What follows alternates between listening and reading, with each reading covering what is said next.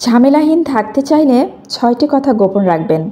আপনার কোনো দুর্বল দিক কারো কাছে প্রকাশ করবেন না।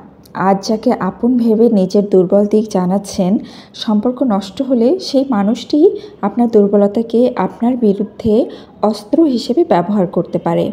অন্যের গোপন বা দুর্বল দিকগুলো মানুষের কাছে প্রকাশ করে দেয়া বিশ্বাসঘাতকতার শামিল। তাই আপনাকে বিশ্বাস করে কেউ গোপন কথা বললে কখনোই সেটি প্রকাশ করবেন না।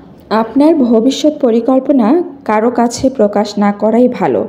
আগেভাগে পরিকল্পনা জেনে গেলে যারা আপনার ভালো চায় না তারা আপনাকে বাধাগ্রস্ত করবে। একান্ত ব্যক্তিগত সমস্যা বা পারিবারিক বিভিন্ন বিষয় বাইরে আলোচনা করা অপ্রয়োজনীয় এবং ক্ষতিকর হতে পারে। তাই ব্যক্তিগত এবং পারিবারিক বিষয়গুলো গোপন রাখাই ভালো। আপনার আয়ের একাধিক উৎস থাকতে পারে। আপনি কেমন আয় করেন বা ব্যয় করেন এসব নিয়ে মানুষের সাথে আলোচনা করলে কেউ কেউ ঈর্ষান্বিত হয়ে আপনার ক্ষতি করার চেষ্টা করতে পারে। এমনকি আপনার নিরাপত্তার ঝুঁকিও তৈরি হতে পারে।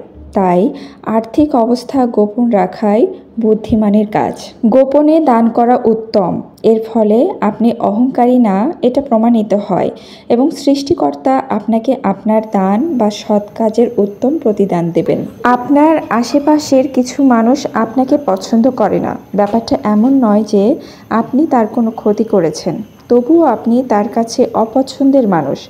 আপনার হাঁটাচলা কথাবার্তা অনেকের কাছেই ভালো লাগবে না। কেউ হয়তো আপনাকে